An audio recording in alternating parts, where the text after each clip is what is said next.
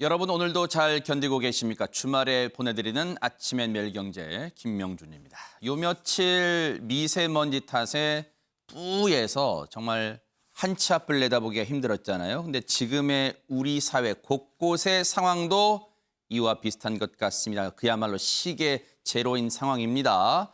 오늘 조간을 통하여 어떤 상황인지 어떤 이슈들이 있는지 짚어보도록 하겠습니다. 오늘 도와주실 분들을 소개해드리겠습니다. 최민희 전 국회의원, 유영화 한국외국어대학교 초빙교수, 정미경 전 국회의원, 그리고 문인철 시사평론가 이렇게 네 분과 함께합니다. 어서 오십시오. 네. 자, 먼저 살펴볼 이슈가요. 지금 우리나라뿐 아니라 미국에서도 불고 있는 이른바 쿠팡발 쇼크 그 얘기를 해보도록 하겠습니다. 한국일보 1면입니다. 쿠팡이요. 미국 뉴욕 증권거래소에 상장이 됐잖아요. 그런데 시가총액 무려 100조 원의 로켓 급등이다. 이런 표현을 썼습니다. 한국의 혁신 DNA 덕이 아닌가. 바로 이 얘기를 김범석 쿠팡 이사회 의장, 이 인물입니다. 김범석 쿠팡 이사회 의장이 이렇게 얘기를 했습니다.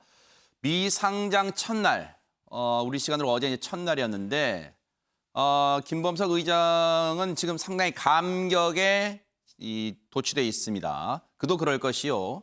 공모가에서 무려 41%나 오른 이 첫날 거래에서 49.25달러에 마감을 했습니다. 그런데 장중에는 한때 69달러까지 치솟기도 했고요. 우버 그 앱으로 부르면 오는 그 택시 있죠? 우버 일에 뉴욕 증시 최대 규모 기업 공개, IPO 기업 공개다. 그래서 한국 시장이 아마존, 알리바바 장악을 못했다. 5조 원을 확보했고요. 이 쿠팡을 통해서 앞으로 고용도 늘리겠다. 5만 명 고용에 공격 투자하겠다. 이런 얘기를 하고 있습니다. 기사를 좀 읽어볼게요. 자, 어제 첫날인 공모가가 35달러에서 공모가는 35달러였는데요. 40.7% 오른 49.25달러로 마감했고요. 쿠팡은 이번 기업 공개로 45억 5천만 달러, 우리 돈으로 5조 2천억 원을 조달했고요. 뉴욕 거래소 전면에는 쿠팡 상장을 축하하는 현수막과 함께 태극기가 내걸렸는데요. 태극기 한번 볼까요? 김범석 의장 얼굴 뒤로 여기 바로 태극기가 전면에 뉴욕 증권거래소 전면에 내걸렸는데 뉴욕 거래소 204년 역사에서 태극기가 전면에 걸린 건 이번이 처음이라고 합니다. 공모가에서 81% 상승한 63.5달러의 시초가가 나왔고 장중 한때 69달러까지 오르기도 했습니다. 그런데 하나 더 볼까요? 조선일보 5면에도 바로 쿠팡 쇼크를 다루고 있습니다. 쿠팡 시총 쇼크, 시가총액 그 말이죠. 신세계, 이마트, 현대백화점, 롯데쇼핑의 7배다. 바로 이 업체들은 다 유통망을 갖고 있는 유통업체들이라고 할 수 있잖아요. 유통망 갖고 있는 굴지의 국내 기업들 합친 것에 7배에 달한다. 시가총액이요. 상장 첫날 주가 41% 급등. 유통업계가 애초에 예상은요. 쿠팡을 바라보는 시각이 상당히 부정적에 가까웠습니다. 망할 줄 알았는데 이런 일이, 유영화 교수님, 그런 점에서 아마 쇼크라는 제목을 많은 언론들이 붙이고 있는 것 같습니다. 완전히 소비자 중심의 전환, 이 부분을 결국은 쿠팡이라는 슈퍼 유니콘이 해낸 거죠. 저기 나와 있습니다. 신세계, 이마트, 현대백화점, 롯데쇼핑. 이 대기업의 물류들 아닙니까? 네. 이것을 이겨낸 거죠. 근데 쿠팡의 특징은 제일 중요한 건 두 가지죠. 하나는 로켓 배송입니다. 그러니까요. 그냥 오늘 아침에 주문하면 그냥 옵니다. 바로 네. 그냥. 예.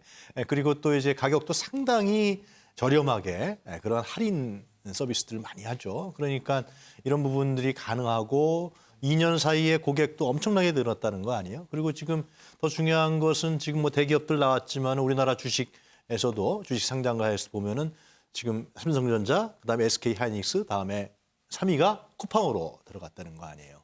그러니까 이런 부분들은 결국은 이제 우리 국내뿐만이 아니라 뉴욕 증시에서 상장해서 지금 뭐 슈퍼 유니콘으로 상장해서 성공했다라는 것은 글로벌 환경에서도 이게 바뀌고 있다는 겁니다. 엄청난 혁신과 변화가 이루어지고 있다. 그래서 이 혁신의 DNA를 갖고 있는 대한민국 사람들이 이런 부분들을 개척해 나가면 얼마든지 글로벌 경제에서 선두주자로 발돋울 수 있다 이런 측면이 있는데요. 근데 하나는 좀 아쉬운 건 뭐냐면 그 쿠팡의 택배 노동자 얘기인데요. 1년 동안에 쿠팡의 택배 노동자들이 8분이 돌아가셨습니다. 맞아요. 네. 과연 이런 부분에 대해서 이제 쿠팡이 어떤 사회적 책임을 가할 것이냐. 좀 종합적인 물류센터를 더 만든다는 거 아니에요? 근데 그럴 경우에 택배 노동자의 삶이라든가 이런 문제들 그들의 희생이 없었다면 과연 쿠팡이 이렇게 됐었겠냐. 그러니까요. 라는 문제에 대해서 김범석 의장이 좀 사회적 대안을 내놓을 필요가 있지 않겠냐 생각합니다. 앞으로도 그 부분에 또 고민의 깊이가 있어야 될 것 같다 생각도 합니다. 조선일보 오면 기사 조금 더 살펴볼까요? 조선일보 오면 아래 기사 보니까 이런 얘기가 있어요. 이른바 쿠팡의 신화를 창조한 김범석 의장의 인간적 면, 그러니까 어떤 길을 걸어왔는가에 또 관심을 쏟고 있습니다. 김범석 쿠팡 이사회 의장은 하버드 대학원 중퇴 출신이랍니다. 그런데 화물차를 사들여서 로켓 배송을 직접 도입했다는데 기사를 통해서 좀 읽어볼까요? 미국 직상장을 성공시킨 김범석 쿠팡 이사회 의장은 1978년 서울생이랍니다. 7살 때 대기업 주재원 아버지를 따라 미국으로 이민했고요. 하버드 대학 정치학과를 졸업한 미국 시민권자랍니다. 하버드 경영대학원을 중퇴한 그는 보스턴 컨설팅 그룹에서 2년간 컨설턴트로 근무를 했는데 32살이던 2010년에요. 쿠팡을 설립했고 처음에는 소셜 커머스 업체로 시작했고 이후 상품을 직매입해서 배송하는 이커머스 업체로 변신을 했다는데 처음에는 순탄치가 않았습니다. 보세요. 저쪽으로 가보겠습니다.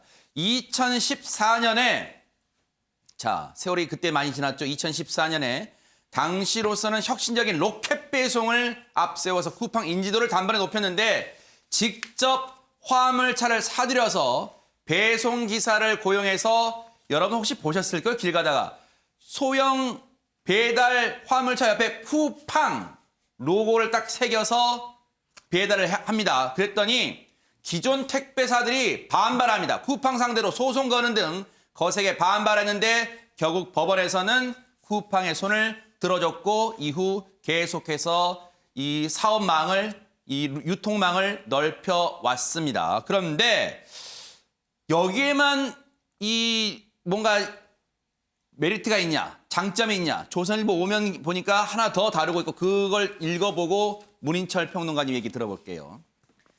지금 쿠팡 앞에 놓인 것은 가능성도 있지만 해결해야 할 과제도 같이 놓여 있습니다. 참 특이한 구조입니다.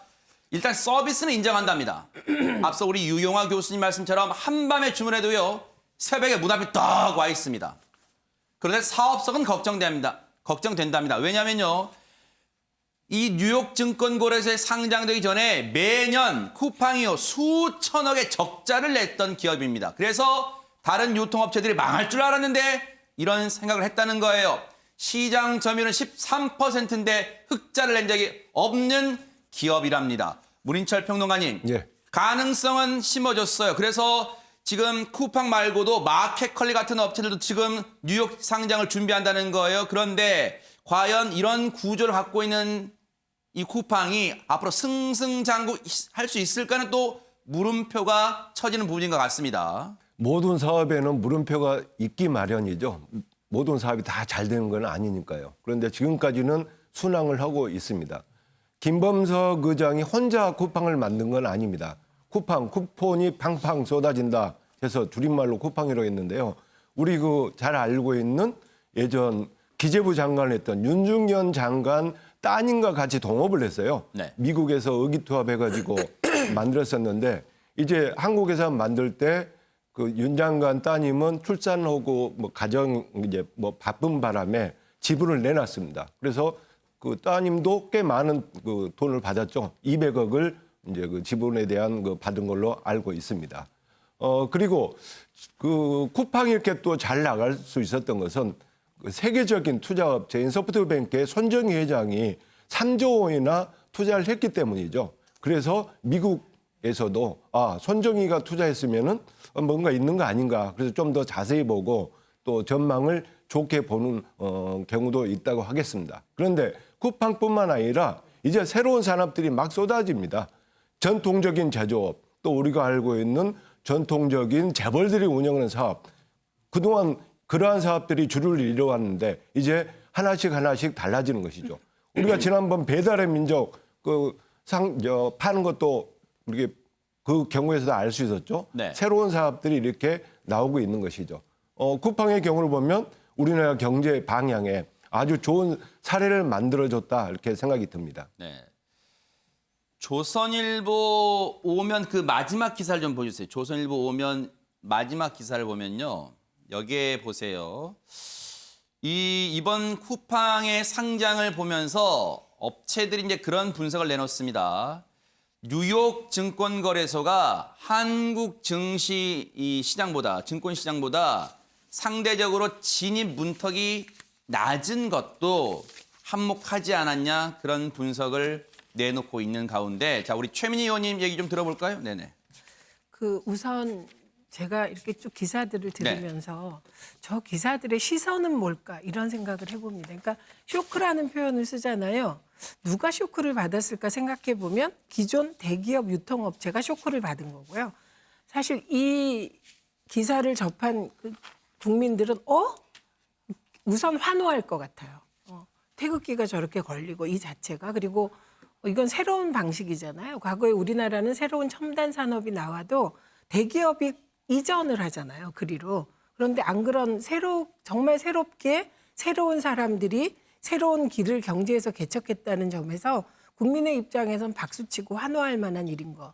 요 얘기 꼭 드리고 싶고요. 네. 그래서 시선을 어디다 두고 보느냐에 따라 이게 쇼크냐 환호냐 달라질 것 같아요. 또 하나는 저는 이 가장 주목되는 게 계속해서 쿠팡이 적자였어요. 그동안에 신문 기사를 접할 때 쿠팡 망할 거다가 대세였는데 지금은 그러면 적자가 아니냐. 적자예요. 6천억 정도가. 그런데 이 경영진이 택한 방식이 적자니까 움츠러들고 이게 아니라 더 큰 시장에 가서 자금을 조달해서 앞으로도 5만 명 정도의 일자리를 더 창출해서 더 크게 장악해 가겠다. 이게 그동안에 못 보던 이거는 과거의 정주영 회장 같은 그분이 좀 그런 스타일이잖아요. 막 치고 나가고 그래서 이런 모습이 국민들께 특히 젊은이들 조그만 사업 시작하려는 젊은이들에겐 꿈과 희망일 것 같은 생각이 듭니다. 네. 바로 그 부분이 최민희 의원님 말씀하신 부분이 우리 증시, 우리 증권시장 같으면 꿈도 못 꿀다는 거, 진입을 못 한다는 거예요. 매년 수천억 적자 보는 기업 어떻게 들어가냐. 그런 회의론이 더 많았을 텐데 미국 시장에서는 아마존 기업의 성공 사례에서도 보듯이 가능성에 많이 집중하지 않느냐. 그래서 이번 쿠팡의 이 상장 첫날 쇼크도 이런 배경이지 않냐. 이런 분석들이 나오고 있습니다. 어쨌든 사실 또 쿠팡 때문에요. 주식하시는 분들은요. 관련주가 급등해서 그래서 차익을 얻었는지는 제가 모르겠습니다. 어쨌든 우리 증시도 들썩였던 그런 하루였습니다.